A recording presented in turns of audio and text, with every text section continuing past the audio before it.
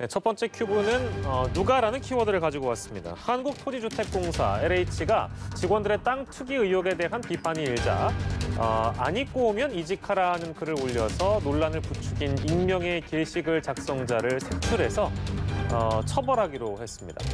오늘 사건 큐브는 두 분과 함께 할 텐데요. 손수호 변호사, 오윤성 순천향대 경찰행정학과 교수와 함께 사건 큐브 하도록 하겠습니다. 어서 오십시오.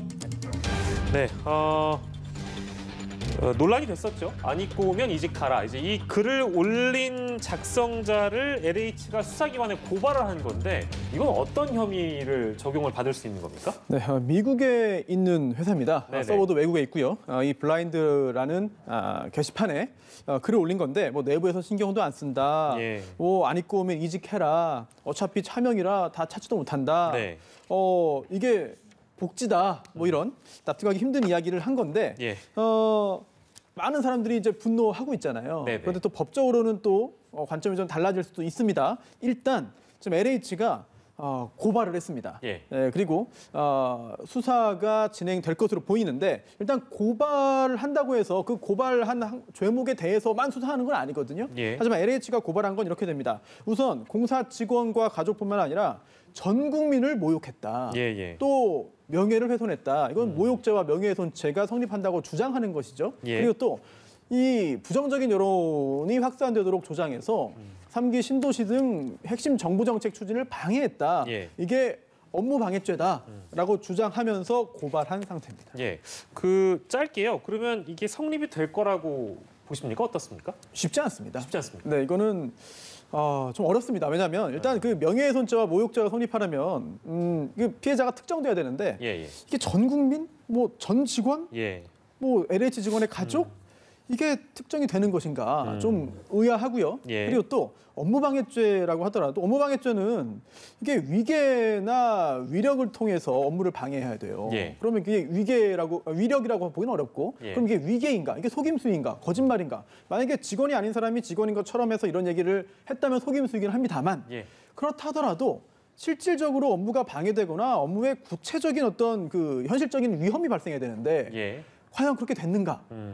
이렇게 좀 본다면 범죄 성립 가능성은 제가 볼 때는 상당히 좀 낮아 보입니다. 예. 그렇다면 수사를 진행하는 것도 오히려 수사권의 남용이 될 수도 있겠고요. 예. 많은 국민들이 분노하고 있고 저도 참 납득하기 힘든 내용입니다만 예. 저거를 형사처벌하는 것은 쉽지는 않아 보입니다. 예, 알겠습니다.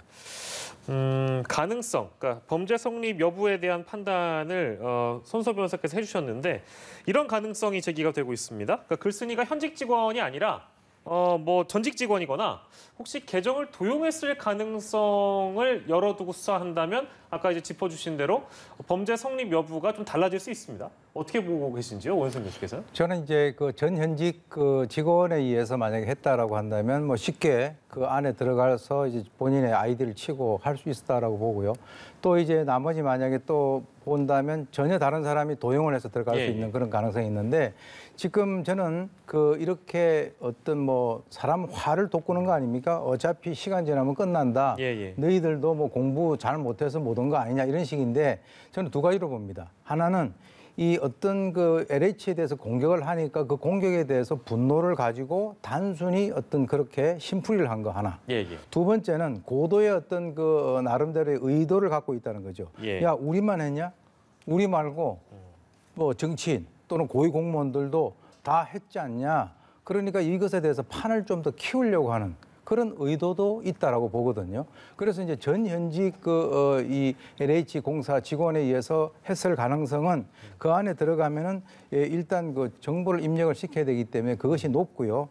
그리고 이게 어떤 그 글을 쓰기 위해서는 단계를 거쳐야 되기 때문에 그것을 거친다라고 하는 그런 측면에서는 일반인들이 계정을 도용을 해가지고 들어갔을 확률은 조금 낮다. 그렇게 봅니다. 예, 알겠습니다. 그렇게 좀 분석을 해주셨는데 이게 이제 그 처음에 손수호 변호사께서 말씀 주셨는데 미국에 본사가 있다, 그 서버가 있다, 이제 그렇게 돼버리면 이게 정보 파악이 과연 우리 수사 당국이 접근하는데 쉬울 것인가? 당연히 어렵 거라는 생각이 들거든요. 어떻게 보십니까?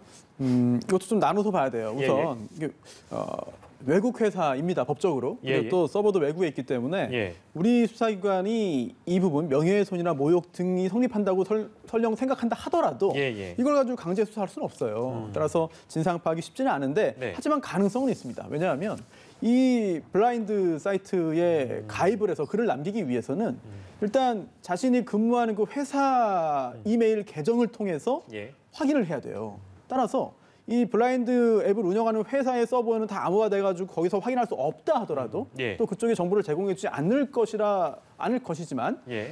반대로 이 LH 회사의 그 이메일 서버에는 예.